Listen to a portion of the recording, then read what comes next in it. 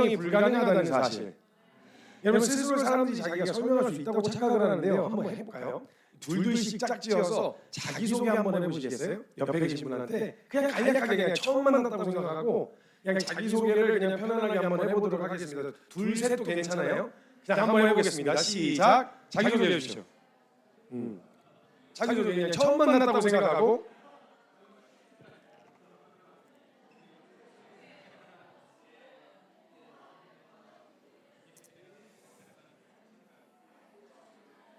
오케이, 거기까지. 자, 보세요. 됐습니다. 자, 한번 보시죠. 자기소개를 하라고 하면요, 사람들은요, 자기에 대한 소개보다는 자기를 이렇게 둘러싸고 있는 정보들이 있죠. 예를 들면 아마 처음에는 이름 얘기하셨을 거예요.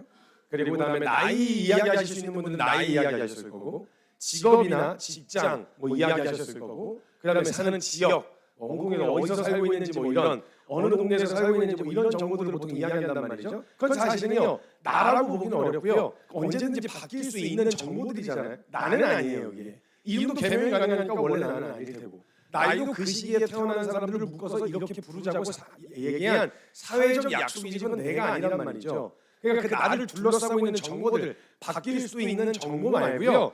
나를 설명하시라고요. 나. 자, 이번에는 다시 소개를 하는데 나의 존재에 대해서 설명을 하시면 되겠습니다. 자기소개를 할 때 나를 구성하고 있는 정보 말고 나는 누구인가에 대한 나에 대한 설명을 하는 거예요. 이름은 그냥 사회적 약속이고 나이도 그렇고 지역도 마찬가지로 그냥 나를 둘러싸고 있는 정보인데 나를 소개하시라고요. 나. 아시겠죠? 자, 다시 한번 나의 존재에 대한 설명을 지금부터 하도록 하겠습니다. 자, 시작. 됐어요. 하지 마세요. 하지 마세요. 안 돼요.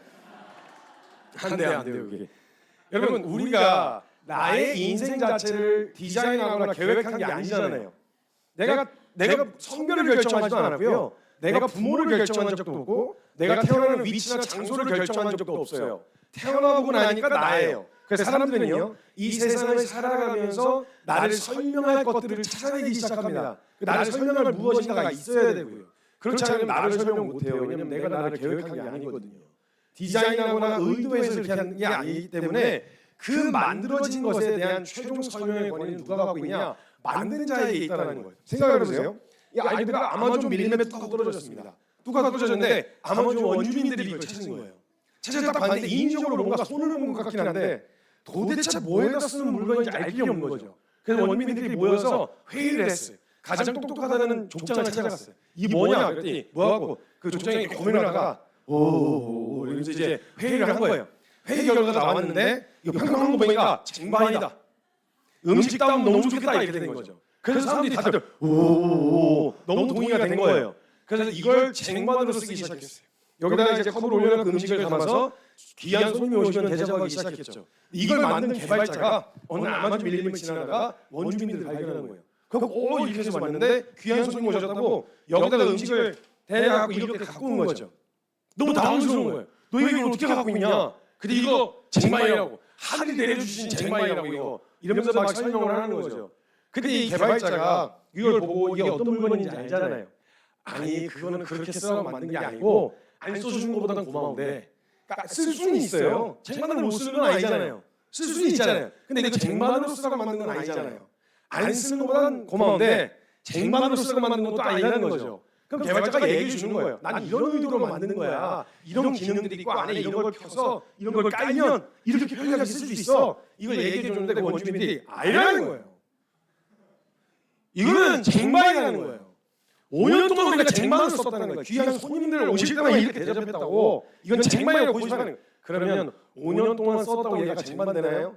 그건 아니죠. 몇 년을 썼든 이걸 만든 개발자가 와서 아니야. 이건 이런 용도로 만들었어라고 이야기하면 얼마나 썼느냐가 중요한 게 아니라 만든 자가 최종 권위를 갖고 있다 이 말이에요. 여러분이 세상에서 어떻게 굴러먹든지 상관없이 사람들에 의해 생긴 나에 대한 인식이 어떠하든지 상관없이 만든 분이 아니야. 사람들이 아무리 막 실패했다고 얘기해도 아니야, 너 실패한 거 아니야. 그럼 세상 사람들이 다 들고 일어나서 아니라고 얘기해도 주님이 기라고 하시면 기다 이 말이에요. 그리고 세상 사람들이 괜찮아라고 이야기해도 주님이 안 괜찮아, 안 괜찮다는 거예요. 그러니까 우리 만들어진 자의 최종 설명의 권한은 누구에게 있냐? 만든 창조주이신 하나님께 있다 이 말이에요. 우리가 이걸 안 믿으면 모르겠는데 이 사실을 믿는다고 한다면 우리에 대한 설명의 최종 권위는 하나님께 있다. 그러면 하나님이 우리를 어떻게 말씀하셨는지 어디에 나와 있어요? 성경에 나와 있어요. 성경이 저와 여러분을 뭐라고 이야기하느냐가 최종 권한 아니겠어요? 근데 우리는 뭐에 영향을 더 많이 받고 계신가요? 누구의 말에 더 귀를 기울이고 있고 성공과 실패의 기준을 도대체 누가 정해놓은 기준으로 거기에다 나는 실패했고 나는 성공했다 이야기하고 계시냐고요. 피조물인 우리는요 창조주이신 하나님이 우리를 설명하시지 않으면 난 설명이 안 된다고 하는 사실, 그렇기 때문에 그 하나님 없이 나는 한순간도 살 수 없다는 사실, 이걸 인정하는 게 겸손입니다. 내가 뭘 더 내려가고 내가 더 낮아지고 이런 게 아니고요. 나는 그냥 그런 존재라는 걸, 하나님 없으면 설명이 안 되는 그런 존재라는 걸 인정하는 거, 이게 우리에게 겸손이라는 거예요. 근데 재밌게도요, 이 겸손한 마음이 품어지잖아요. 이런 사람들에게 나타나는 두드러지는 반응이 하나 있습니다. 뭐냐면 간절함이에요. 자, 생각해 보세요. 병원에 갔는데 시한부 판정을 받았다고 한번 상상해 보시죠. 체감은 안 되시겠지만 갔더니 죄송합니다, 3개월밖에 안 남았습니다. 죄송합니다, 이러는 거예요. 그럼 나는 내가 이 문제를 해결할 수 없을 것 같아서 왔는데 의사도 안 되는데 그럼 뭐 방법 없나요? 안 돼요, 없습니다. 죄송합니다. 지금 한국에는 약이 없습니다. 뭐 다른 답이 없네요. 3개월 동안 맛있는 거 드시고 좋은 거 보시다가 가시면 되겠습니다. 뭐 이렇게 얘기를 하는 거죠. 완전히 낙심이 된단 말이에요. 대안이 없는 거죠. 나한테도 대책이 없고. 그렇게 있는 사람에게요 누가 와가지고 그거 고칠 수 있다던데, 미국에 그 저기 어떤 사람이 그 약 있다던데, 홍콩에 약 있다던데 이렇게 얘기를 해주잖아요. 그럼 그 사람이 날 고칠 수 있다는 사람이 너무 멀리 있다고 안 갈까요? 아니죠. 간단 말이죠. 갔는데 보니까 나보다 새파랗게 어려. 그럼 일로 와봐, 나 좀 고쳐봐봐, 이렇게 배짱을 부릴 수 있을까요? 안 돼요. 일단 고개부터 숙여지는 거예요. 왜냐면 나한테 답이 없는데 나에 대한 답을 누군가 가지고 있다. 그러면요 배짱 부리고 이런 거 없어요. 그냥 고개부터 숙여지는 거예요. 선생님, 저 한 번만 살려주세요. 저 뭐라 시키는 거 다 할게요. 저 진짜 어떻게든 다 할게요. 이런 태도가 나타날 수밖에 없다는 거예요. 그러면 하나님을 인정하고 믿는다고 말하면서도 이런 간절함이 없다는 건 없어도 살만하다는 거거든요. 살만하다고 생각하는 이유는 내가 그 어떤 존재인지를 인정하지 못하고 모르고 있든지 아니면 인정하지 않고 있든지 둘 중 하나라는 거예요. 만약 내가 어떤 존재인지만 인정되고요, 하나님이 없이는 내가 설명이 안 되는 존재라니 이게 그냥 받아들여지면요 매달려라 말할 필요가 뭐 있어요. 그분이 설명해 주는 내가 아니면 내가 설명이 안 되는 걸 무슨 의미가 있냐는 거죠. 만약 여러분이 이 땅에서의 삶이 다라면 이것만큼 불합리한 세상이 어디 있습니까? 그럼 뒤집어 엎어야죠. 진짜 말 그대로 이게 다라면 누구 잘 먹는 사람, 잘 사는 사람은 계속 잘 먹고 잘 살고, 어려운 사람은 계속 어렵고, 이렇게 불합리한 게 어디 있어요? 우리가 이 땅에서도 그렇게 열심히 애를 쓰면서 노력하면서 사는 이유가 하나 또 있다면, 영원하신 하나님 나라, 이 땅의 삶이 전부가 아니라 영원하신 하나님 나라, 이것이 있다는 이유로 그래 게으르진 않게 허락하신 만큼 살지만, 그렇다고 여기에 매여가지고 이것 때문에 울고 이것 때문에 웃고 할 이유는 아닌 그런 마음으로 살아간다는 거죠. 근데 우리가 이게 인정이 안 되면요 찾을 이유가 없는 거예요. 그래서 이 간절함이라고 하는 이 겸손한 마음이 품어진 사람에게는요 이 간절함이 정말 될 수밖에 없어요. 그냥 매달리는 거예요. 매달려라 말할 필요가 없어요. 그래서 성경에 보면요 마태복음 20장에 보면요 두 맹인이 나와요. 눈이 안 보이는 사람들이. 이 사람들 한 가지 확실한 결론이 있었어요. 뭐였냐면 내 힘으로서는 눈을 뜰 수가 없다라고 하는 결론이었어요. 그래서 평생 구걸하면서 살았거든요. 그러던 어느 날 예수님에 대한 소문을 들어요. 근데 예수님은 병든 사람을 고쳐주실 수 있다는 거예요. 나는 할 수 없는데 답을 가지고 계신 분이 있다는 소식을 들었어. 소망감이 생겼어요. 그러던 어느 날 예수님이 자신들이 있는 동네로 지나가게 되신 거예요. 이때 어떻게 찾아가서 이 두 맹인이요 거기 길 가든 지나가는 예수님 행차, 그러니까 예수님 주변에 수많은 무리들이 따라다녔는데 거기서 일단 어떻게든 예수 눈에 띄어야 되는 거예요. 왜냐면 그냥 지나가시면 그냥 큰일 나니까 어떻게든 예수 눈에 띄려고 막 소리를 지르기 시작합니다. 성경에 보면 주여 나를 불쌍히 여기소서 하면서 소리를 질러요. 그때 당시에 예수님한테 그 문제를 해결받으러 왔었던 수많은 사람들이 다 이렇게 튀는 행동을 했어요. 그래서 갑자기 지붕 뜯어서 사람들이 막 이러잖아요. 그 집주인은 어떻게 할 거예요 그거? 근데 일단 눈에 띄어야 되는 거예요. 예수님 그냥 놓치면 큰일 나는 거죠. 그래서 막 소리를 지르기 시작했어요. 간절하게 매달리기 시작하는 거예요. 간절하게 매달리면 어떻게 되냐? 이 사람들처럼 튀어요. 그 수많은 무리들 중에서 그 두 사람이 막 소리 지르니까 다 쳐다보게 될 거 아니에요. 다들 튄단 말이죠. 그럼 무슨 일이 일어나냐? 주변에서 꼭 말려요. 너무 나대지 말라고. 니만 믿냐? 왜 이렇게 나대? 너무 제자하면 부담스럽잖아. 주변 사람들이 해서 주변 사람들이 꼭 말려요. 근데 이 겸손한 마음을 품는 사람에서 나타나는 특징 두 가지가 있는데요. 첫 번째는 뭐냐? 따라해보세요. 아무도 못 말린다.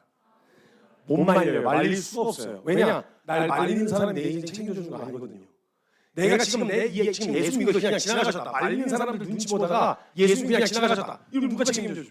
평생 구원하면서 살 때 주변에서 그냥 동전하니 던져주던 사람들 내 인생에 안 챙겨주지 않았단 말이에요. 근데 그 사람들 말 듣고 훌렁 둘러빠졌다가 예수님 그냥 지나가시면 누가 책임져주냐고.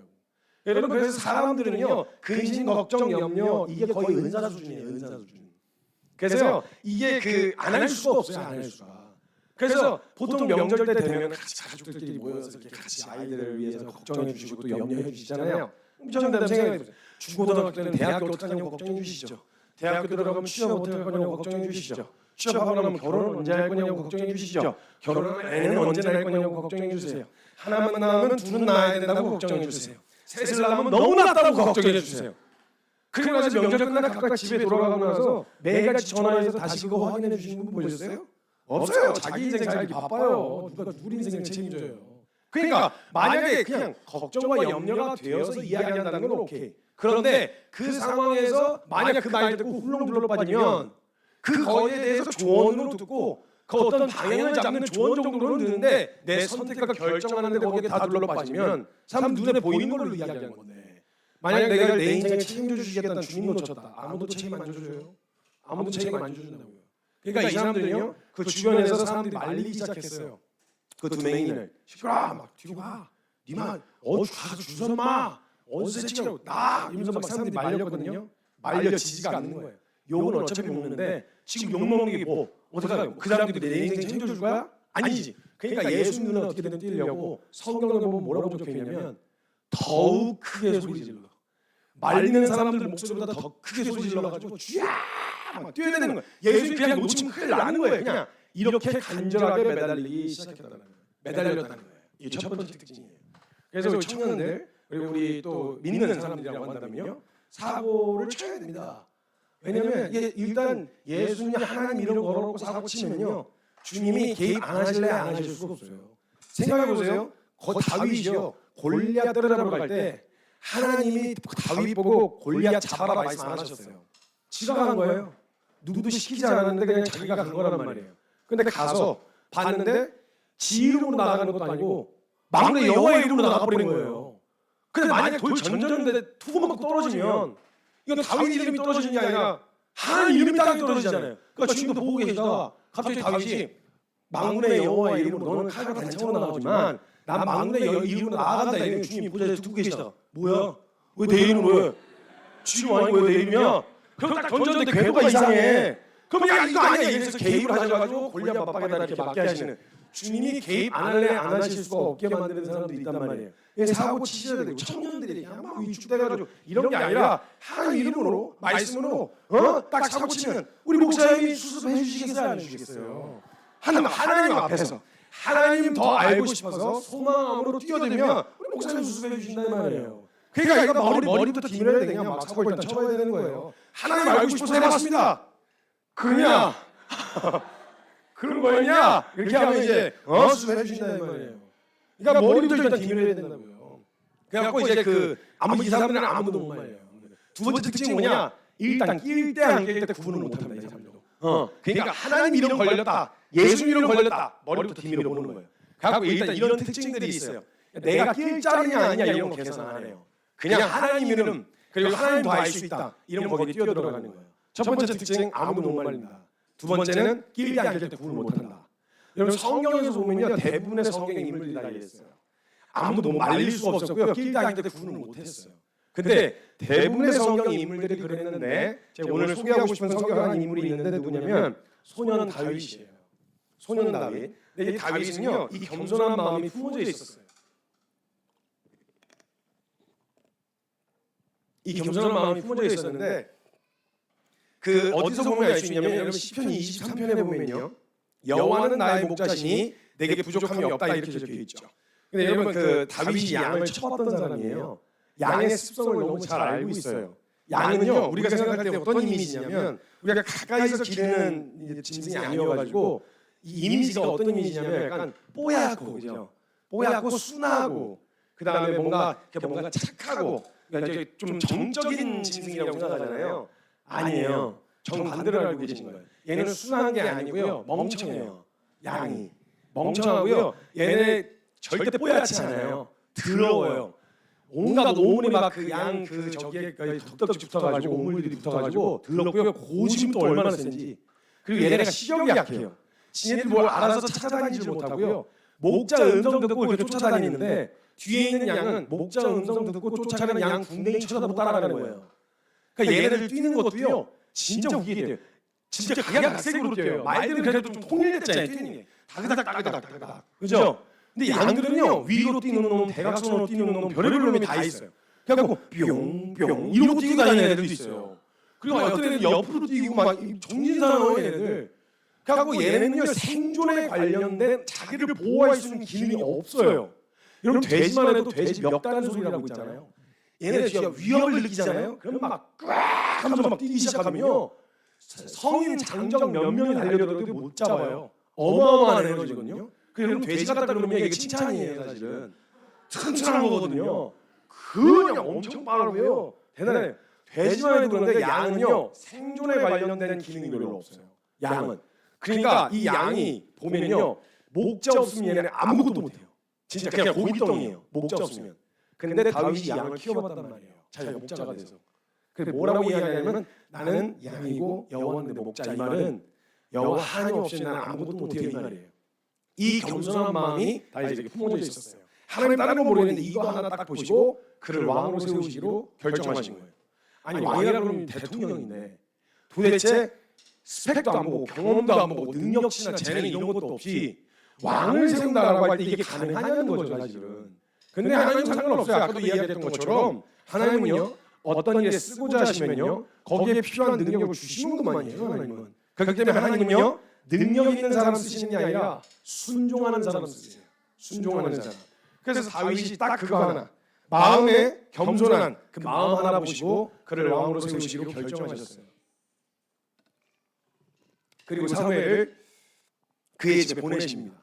보내셔서 갔는데 도착해서 갔는데 그 아들 레와라 그랬더니 이제 장자부터 시작해서 쭈르르 나오는데 처음에 이제 장자가 딱 나오는데 장남이 비주얼이 괜찮은 거예요. 그래가지고 사무엘이 또 비주얼 보고 기름 불락했다고 주님한테 불려가서 엄청 털렸어요. 난 사람 외모로 취하지 않는다 똑바로 해라 그래가지고 불려가서 잔뜩 털린 다음에 외모로 보지 않고 쭉쭉쭉 다음으로 넘어가는데 다 아니라고 그러시는 거예요. 그래서 사무엘이 이세 보고 이게 다냐? 아들이 이게 다냐? 그랬더니 걔도 데리고 올까요? 이러면서 데리고 온 게 다윗이었어요. 이 말은 무슨 말이냐? 다윗까지 갈 거라고 생각도 못했다는 거예요. 다윗을 부를 생각 자체를 안 하고 그냥 들이 냅뒀었어요. 그러니까 집안에서도 인정 못 받는 특출난 뭔가가 없는 사람이었단 말이죠. 그런 사람인데 하나님이 그를 딱 보시고 딱 하나 마음 하나 보시고 그를 왕으로 세우시기로 결정하신 거예요. 그리고 다윗이 도착했을 때 그때 하나님이 다윗에게 그 사무엘에게 기름 부으라고 말씀을 하세요. 그래서 사무엘상 16장 13절 말씀에 보면 사무엘이 기름 불병을 가져다가 그의 머리에 부음에 여호와의 영이 크게 감동했다 이렇게 적혀 있어요. 근데 여러분 여호와의 영이 크게 감동해서 다윗이 그때 이후부터 어떻게 살았냐? 아주 거지같이 살았어요. 여호와의 영이 감동했는데 맨날 도망다니고 쫓기고 죽을 위험에 놓여졌거든요. 자, 이런 상황으로 봤을 때 우리가 한 가지 확실하게 알 수 있는 건 우리가 감당할 수 없는 사면 초과의 상황들, 내가 감당하기 참 힘들고 어려운 상황에 놓여져 있다는 말이 하나님이 우리를 버리셨다는 증거는 아니라는 거예요. 오히려 다윗은요 그 상황을 통해서 살아계신 하나님을 더 뚜렷하고 선명하게 경험할 수 있었어요. 그러니까 어쩌면 그 시간은 좀 고통스러웠긴 했지만 하나님의 살아계심을 경험할 수 있는 그 은혜의 시간으로 다윗의 기억 속에 남아있게 되어졌다는 거죠. 그래서 다윗이 기름 부음을 받았는데 그러고 나서 곧바로 왕이 되는 게 아니고요. 한참 뒤에 왕이 됩니다. 한참 뒤에. 그리고 다시 일상으로 돌아가요. 다윗이. 목동으로 양을 치고 있었는데 그러던 어느 날 이스라엘과 블레셋 간의 전쟁이 일어납니다.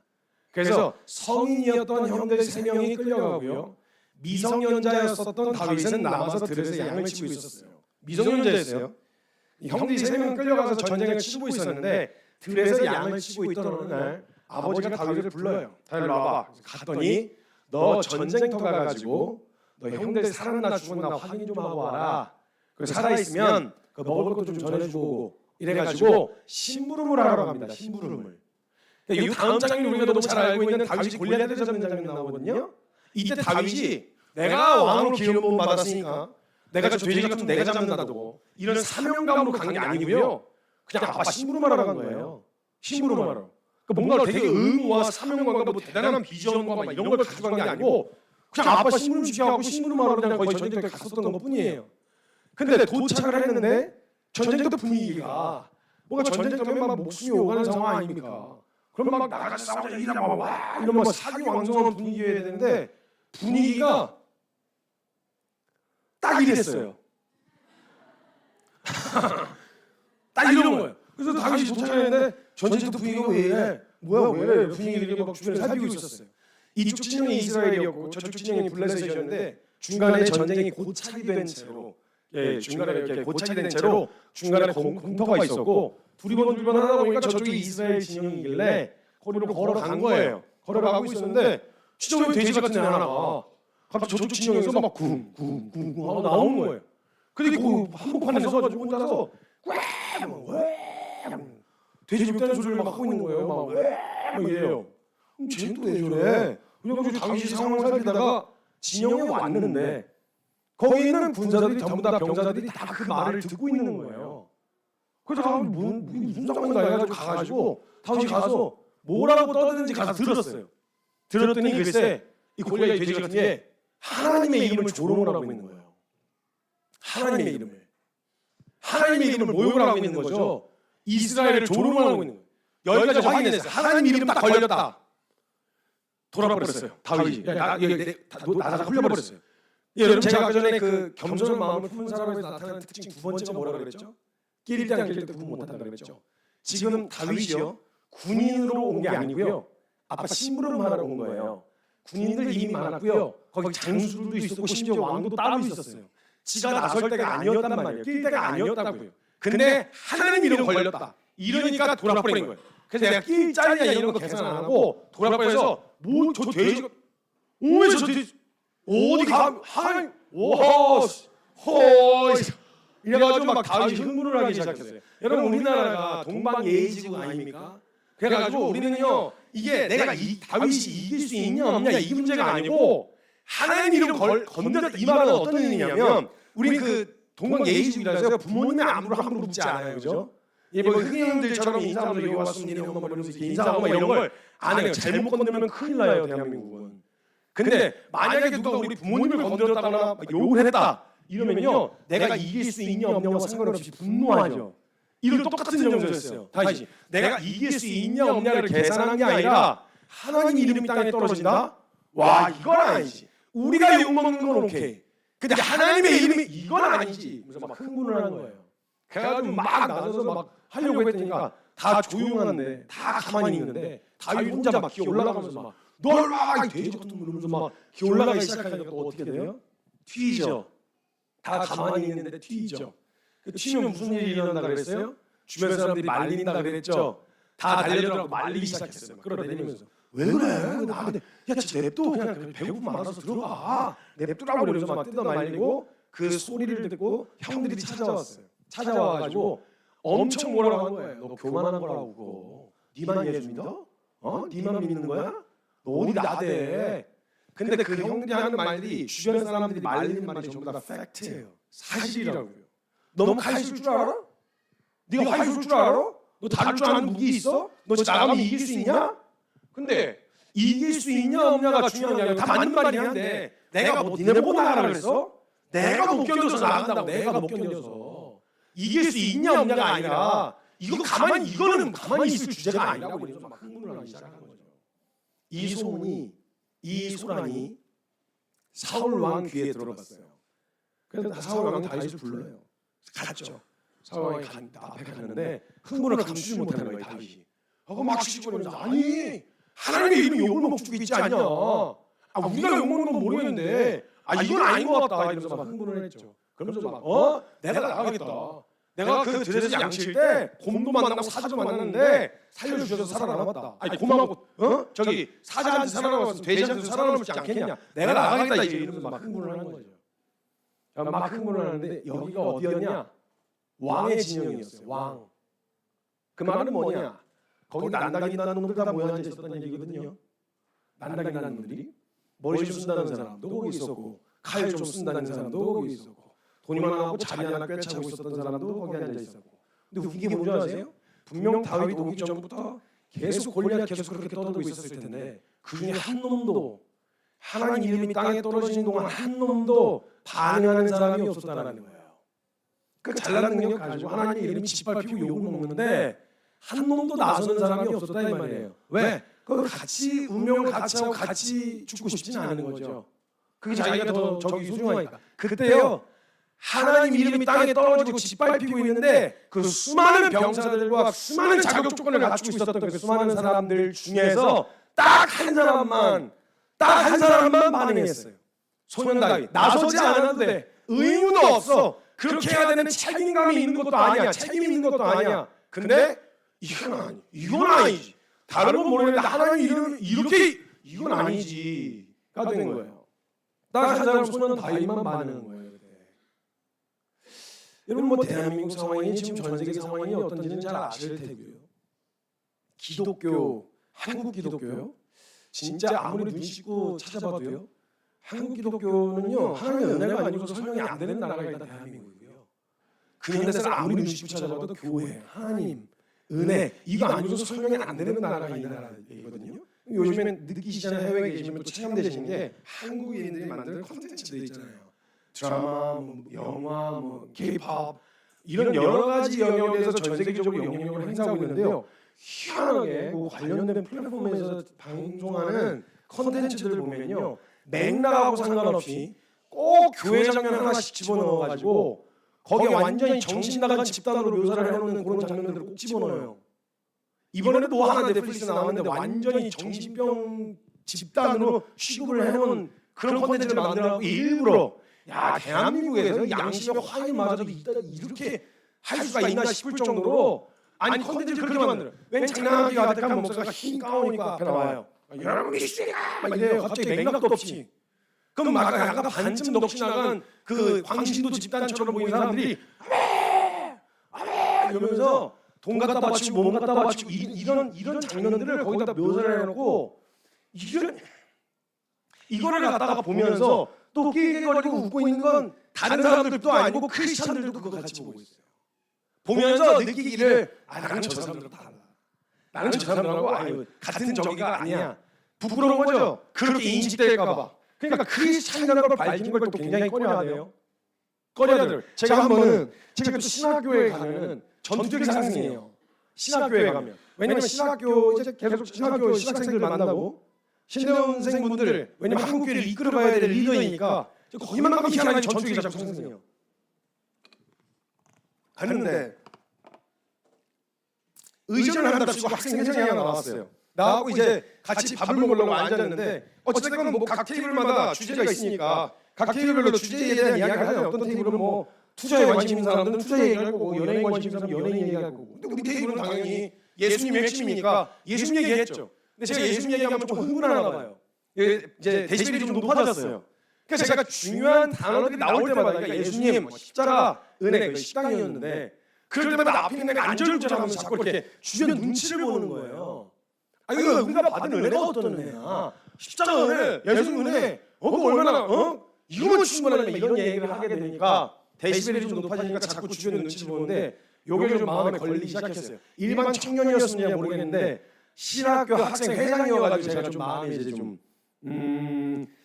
게이지가 차오르기 시작했어요.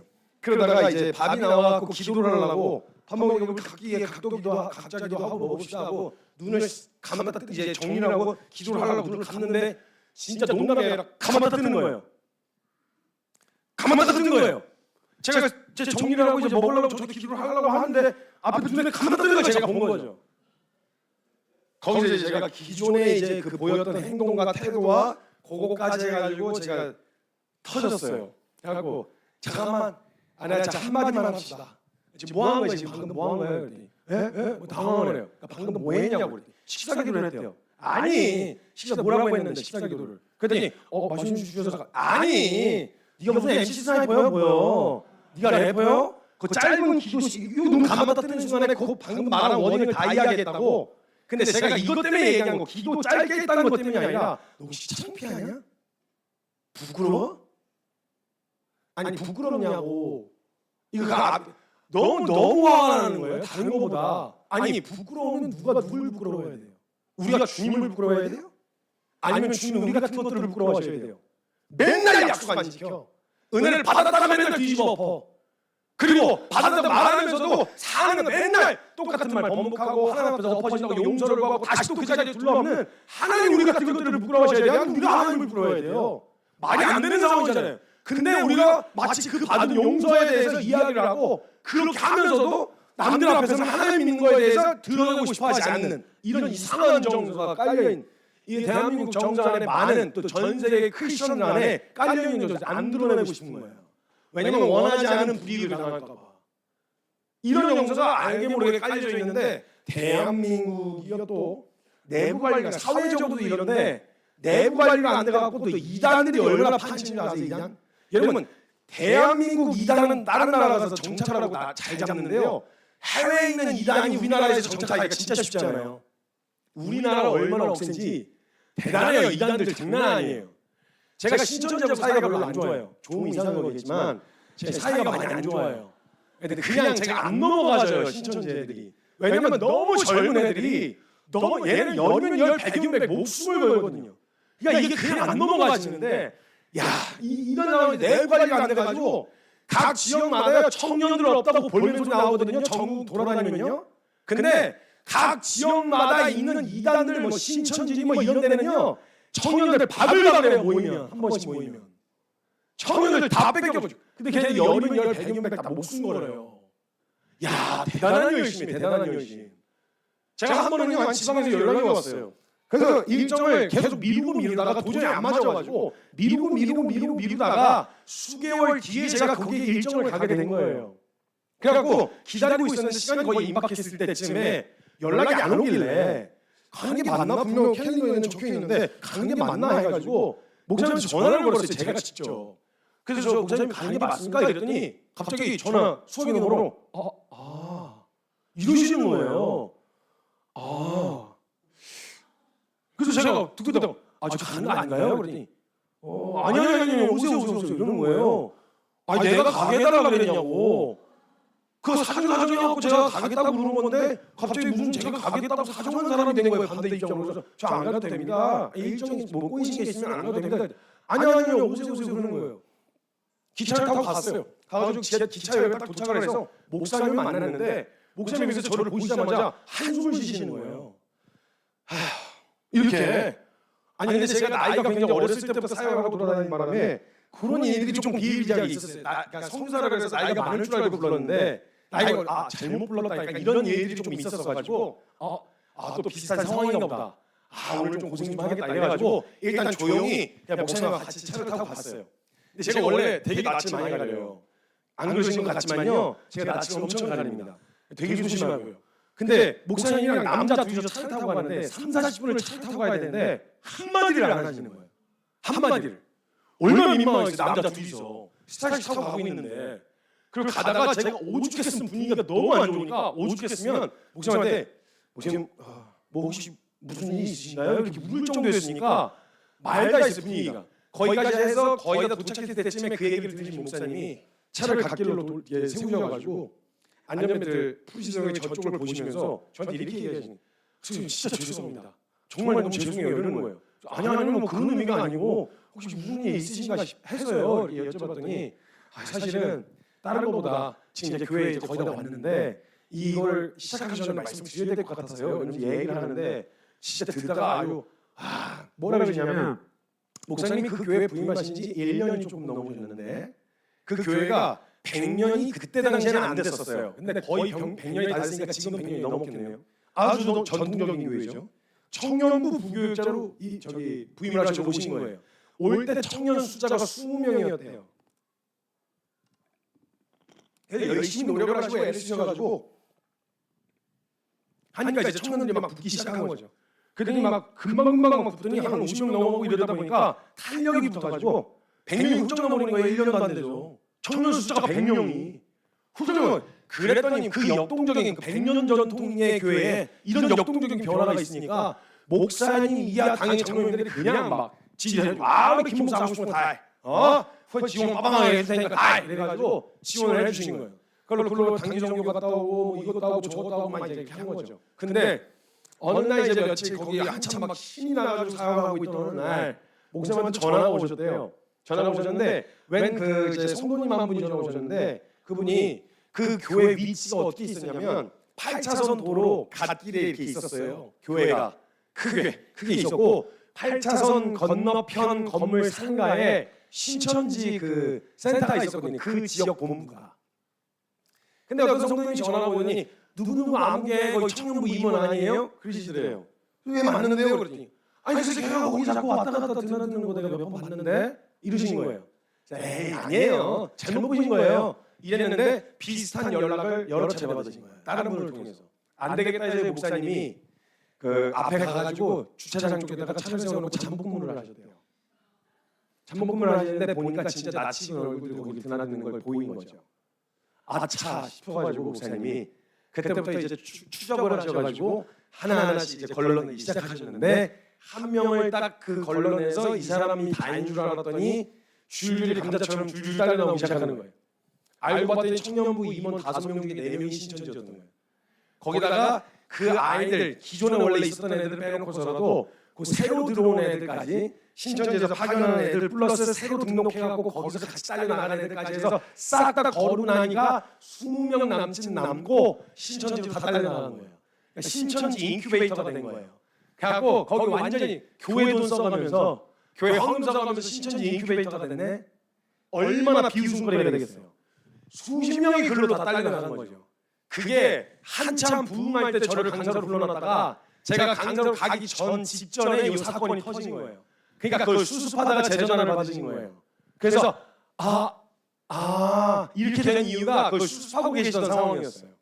도착해서 봤는데 제가 목사님이 뭐라 그러시냐면 선생님 제가 이 사건 이후로 저주에 걸렸어요 이러시는 거예요. 무슨 저주요? 그랬더니 전 이제 조금만 열심히 있으면 다 신천지 같아요. 이러시는 거예요. 기가 막혀가지고 제가 목사님 위로한답시고 제가 뭐라 그랬냐면 목사님 그 어차피 그렇게 떨어져나가면 무슨 상황이어도 떨어져나갔을 텐데 다른 거 보지 마시고 20명 남았지 않습니까? 그 사람들로 다시 시작하면 됩니다. 아니 그 5배가 넘는 숫자가 달려들어서 빼내달라고 했는데 20명 남았지 않습니까? 얘들도 다시 시작하면 됩니다. 괜찮습니다. 제가 얘기했거든요. 근데 목사님이 한숨을 쉬시더라고요. 저 그 한숨의 의미를 교회 가서 알았어요. 가서 봤더니 그 나무 숨은 놈이 제가 신천지여서도 안 되고 말 것들만 남았어요.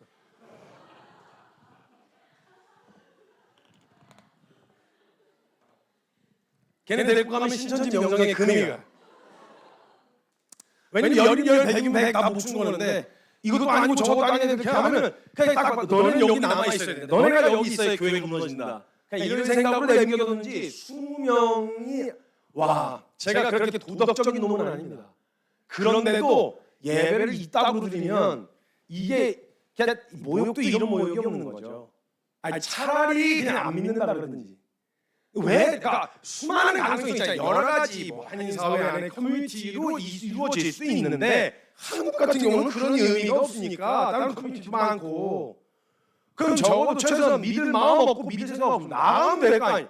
근데 거기 왜 튀어나와 앉아있는지 알 수가 없는데 거기 와서 앉아있는데 제가 글쎄 500~600명 앉는 예배당에 2층으로 나눠진 예배당에 20놈이 글쎄 모여 앉아있지도 않아요.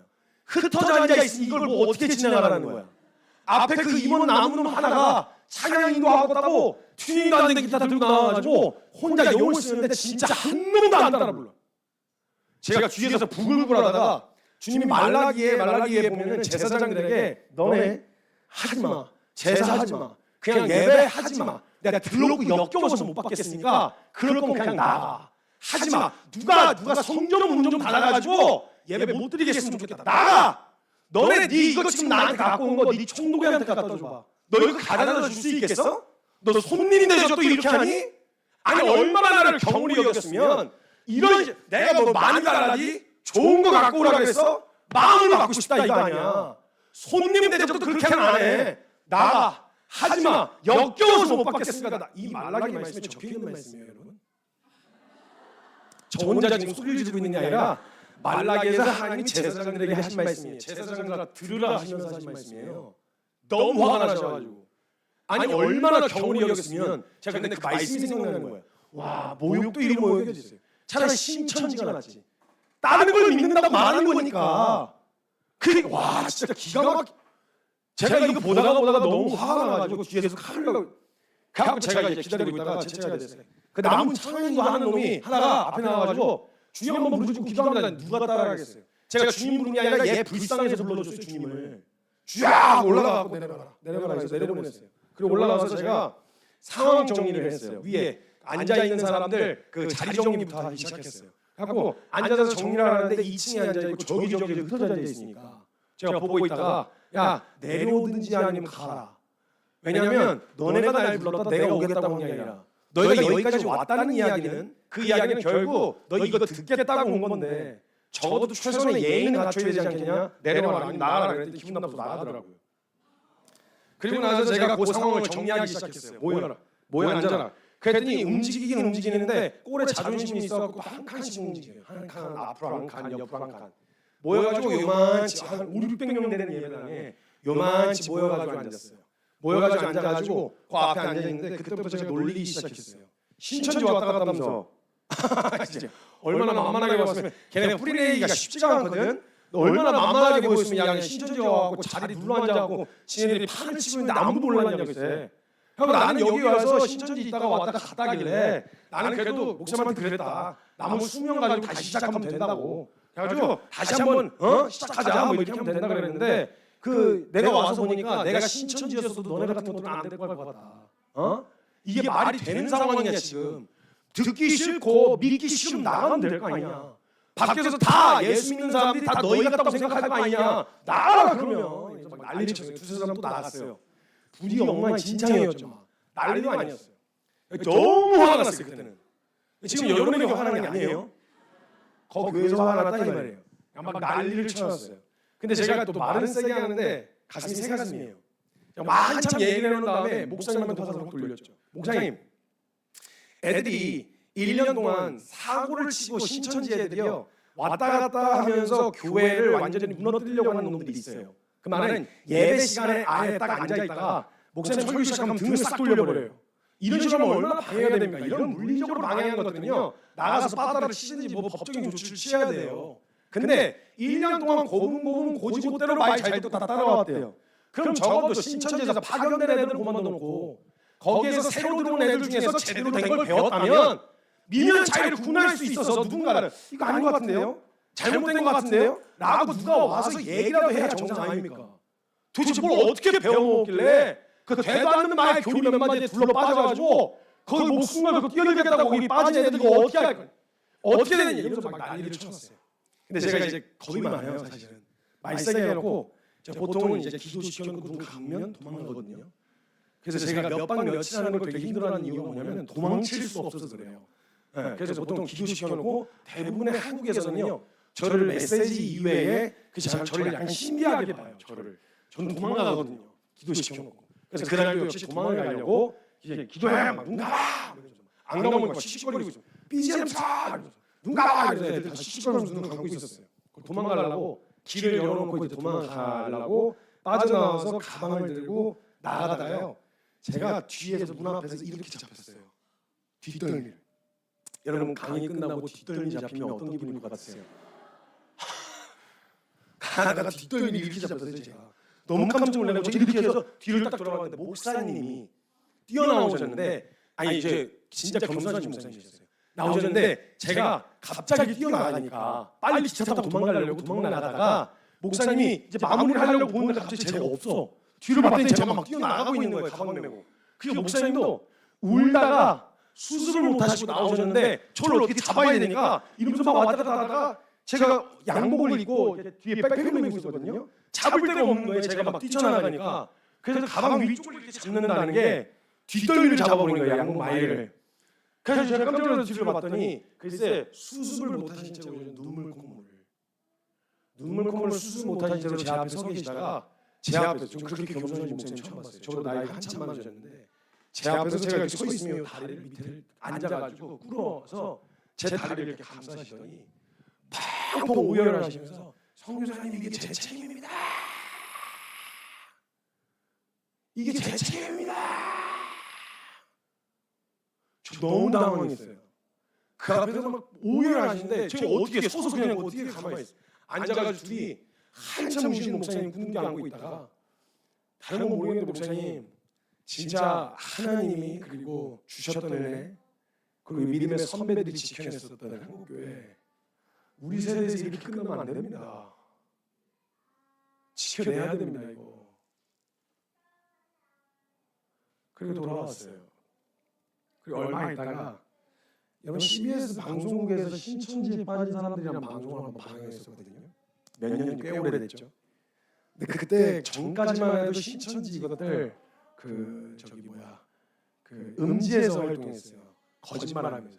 근데 신천지가 그 방송 이후에 양지로 나왔어요. 그래서 그래 나 신천지다 이러고 돌아다녔거든요. 근데 그때 그 방송 이후에요.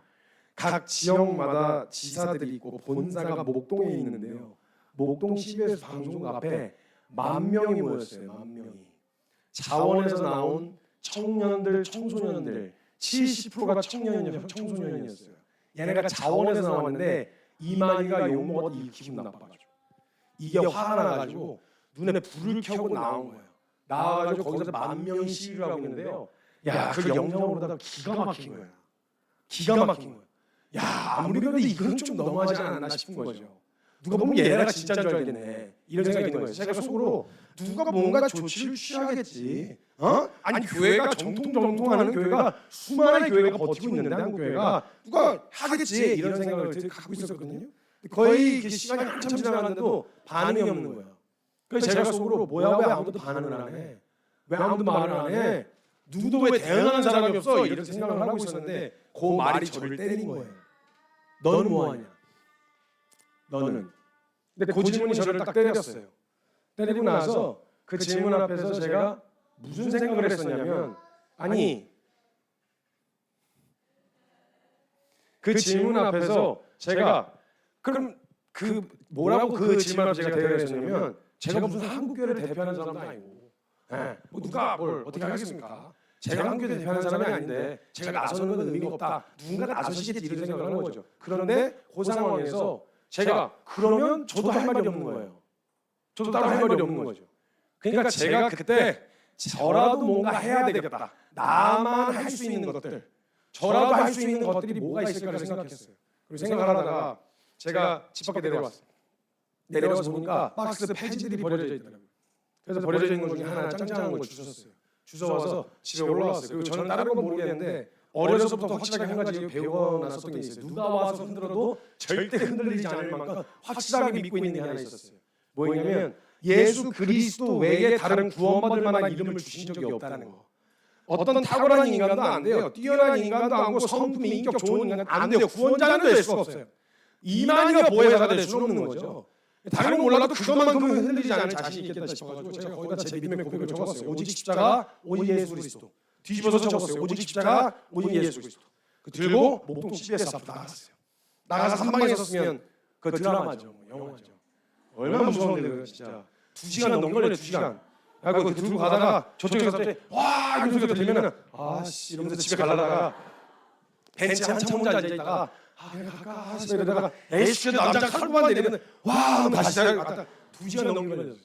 그래가지고 그 상태로 가서 이렇게 동그랗게 벤치가 있고 뒤에 사람들이 있었고 저 요 맞은편에서 제가 그 피켓을 들고 섰어요. 안 건들길 바랬어요. 무서웠거든요. 그 신천지 애들이 막 그 탈퇴하는 애들 칼집 논다는 이상한 소문이 들어가지고 무서웠어요. 저 진짜 무서웠어요. 들고 이렇게 딱 서 있었어요.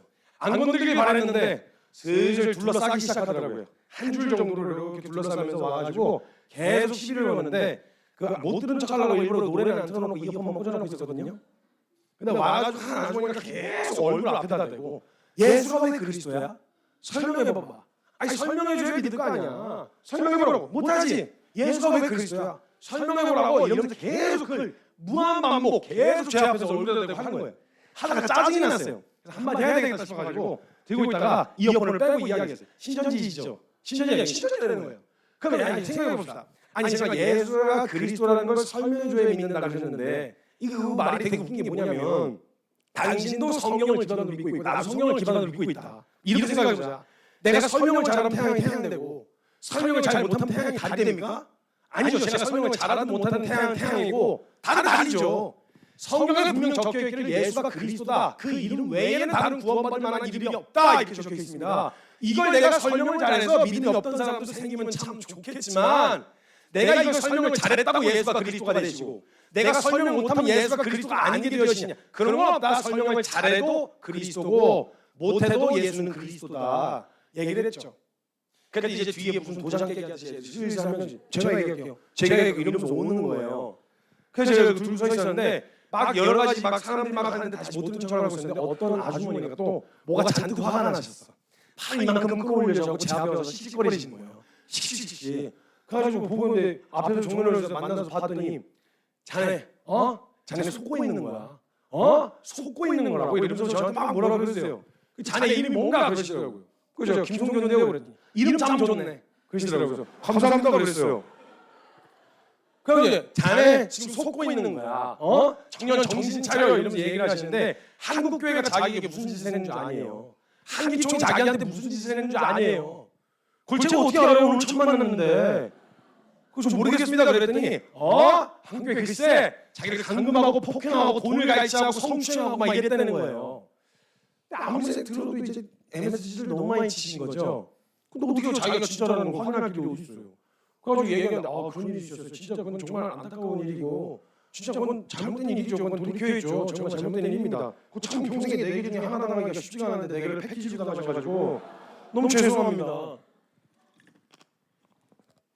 근데 하나만 물어봅시다. 그런 일이 한국 교회 안에서 일어나면 예수가 그리스도가 아니게 되시는 겁니까? 아니죠. 우리가 그 모양 그 꼴이라서 예수가 그리스도로 오신 거죠.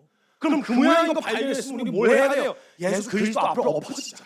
돌아가자. 회개하자. 가슴을 찢자. 이러고 돌아가자 외칠 일이지 엄한 데가 둘러붙을 일이 아니지 않습니까? 이게 다른 게 아니라 그것 때문에 오신 거라면 그랬더니 분위기가 격양이 됐어요. 제가 얘기하겠습니다. 막 이렇게 되니까 중간에 전도사 끝에 사람이 말려서 살았어요. 근데 제가 그걸 줄 서 있을 때요 수많은 크리스찬들이 지나가서 저를 응원해 주더라고요. 근데 응원을 그냥 안 해줘. 자꾸 먹을 걸 갖다 줘요. 자꾸 옆에 쌓이는 거예요. 사진을 그 방송국에서 찍어가는데 옆에 보면 막 까만 비닐봉투부터 시작해서 막 먹을 커피 막 이런 호빵 막 이런 거 막 쌓이는 거예요.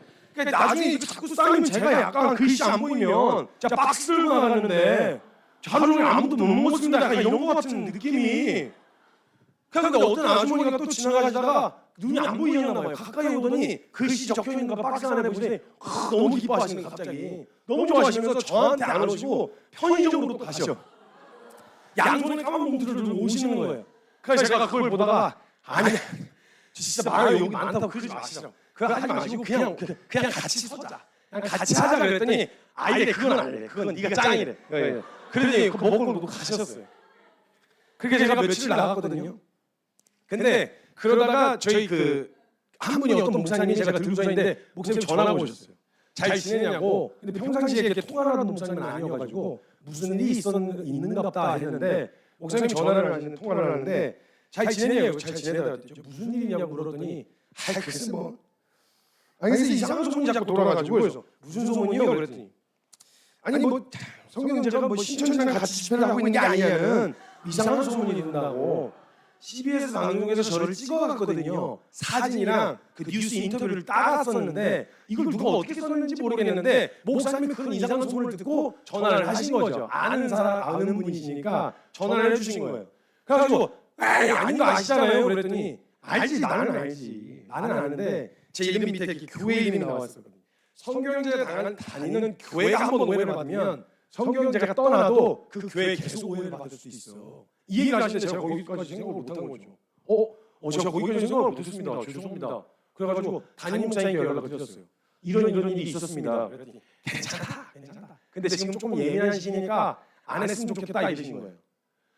그러니까 이제 전화를 받고 나서 말이 없으셨을 때는 제가 그냥 하는데 하지 말라고 그러셨는데 제가 그냥 하면 불순종이 되잖아요.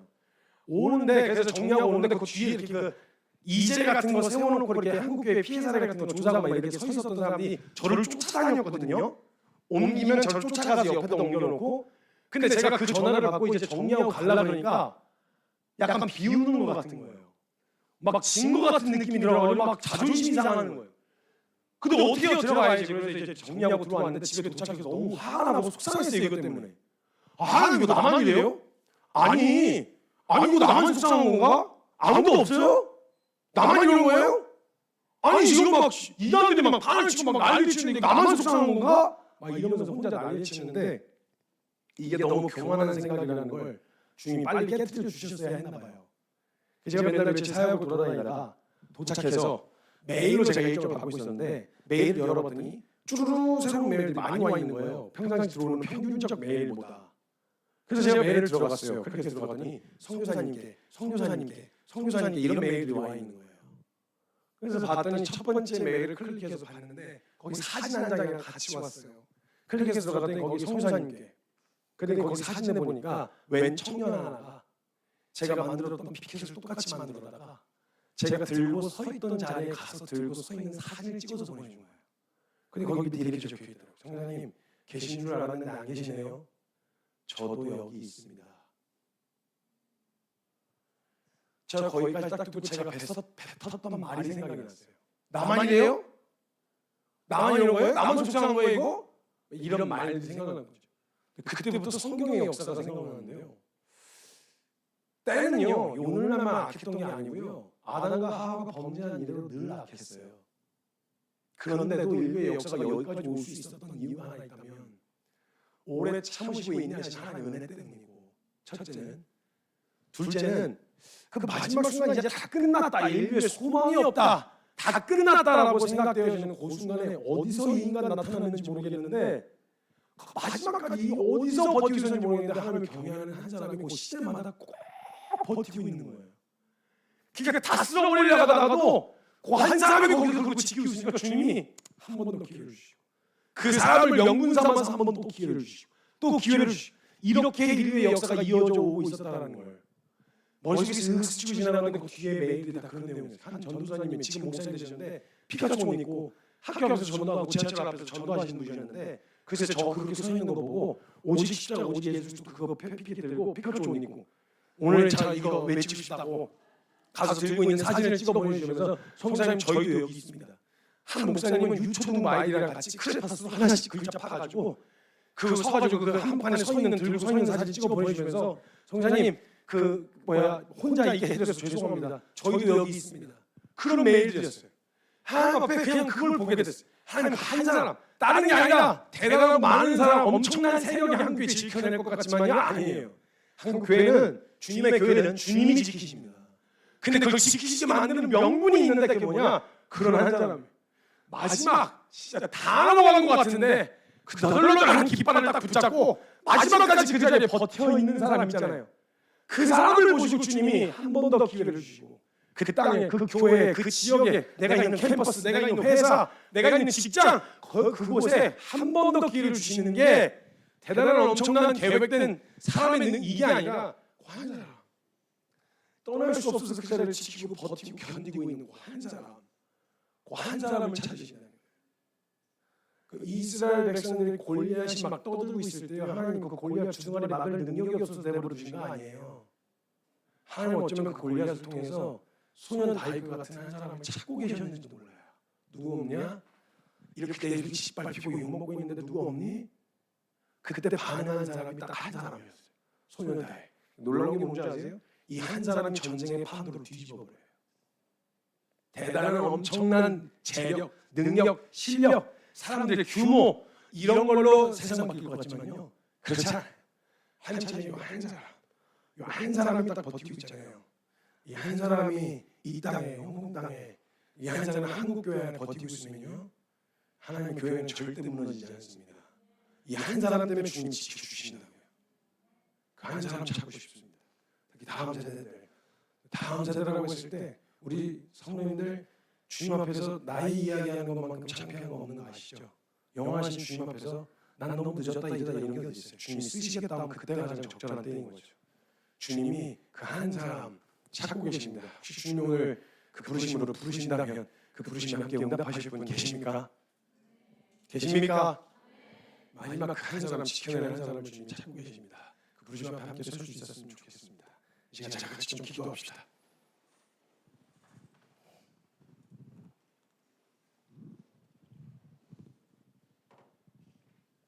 여러분 창세기에 보면 소돔과 고모라라는 땅이 나와요. 악이 가득 찼습니다. 그러니까 심판 받을 수밖에 없는 상황이 됐어요. 그럼 만약에 하나님이 심판을 결정하셨잖아요. 그러면 뭐 거두면 생각 고민하지 마시고 가장 효과적인 방법으로 쓸어버리시면 돼요. 싹 쓸어버리는데 한밤중에 쥐도 새도 모르게 한밤중에 싹 쓸어버리는 가장 효과적인 방법 아닙니까? 하나님은요 악이 가득 차서 심판할 수밖에 없는 상황이 그 지경이 됐는데도 하나님 마음에 살리고 싶으셨어요. 그래서 그 살 명분이 있어야 되거든요. 왜냐하면 하나님 공의로우셔서 죄를 그냥 덮고 넘어가실 수는 없어요. 그냥 덮고 넘어가실 수는 없는데 살리고 싶으신 거예요. 그래서 하나님이 아브라함에게 찾아가세요. 그러니까 찾아가셔서 아브라함에게 심판의 계획을 알려주세요. 아브라함아, 내가 쟤네들 심판해야 되겠어. 그럼 벌써 이 계획을 안다는 말이 뭐예요? 어떻게 좀 어떤 다른 명분이 없냐? 한 번이라도 더 살릴 수 있는 명분 없냐? 이걸 지금 묻고 있는 거예요. 아브라함이 그 마음을 알아차리는 듯 했어요. 그래서 아브라함이 하나님께 이렇게 얘기해요. 하나님, 죄인이 죄를 지어 받는 심판에 의인을 섞어서 심판하시면 이게 어떻게 세상을 심판하시는 분의 정의라고 할 수 있겠습니까? 혹시 만약에 그 땅에 의인이 있으면 어떡하실래요? 용서해 주실래요? 그랬더니 그걸 기다리셨다는 듯이 내가 의인이 있으면 용서할게. 50명만 있어도 용서하실래요? 그 수많은 사람들 사이에서 50명만 있어도 용서하실래요? 50명만 있어도 용서합니다. 40명은요? 40명만 있어. 30명은요? 30명만 있어. 10명은요? 10명만 있어도 용서합니다. 이 원리라면 한 명만 있었어도 살았다 이거거든요. 롯을 꺼내시잖아요. 그러니까. 아브라함 때문에. 근데 여러분 그 소돔과 고모라가 악이 가득 차서 멸망했지만 살 기회 있었거든요. 실제적으로 멸망한 이유가 있다면 그 의인 10명이 없었어요. 10명만 있었으면 살았거든. 그래서 찾으시는 거예요. 살려야 되는데 살리고 싶은데 명분이 없는 거예요. 그냥 덮고 넘어갈 수 없으니까.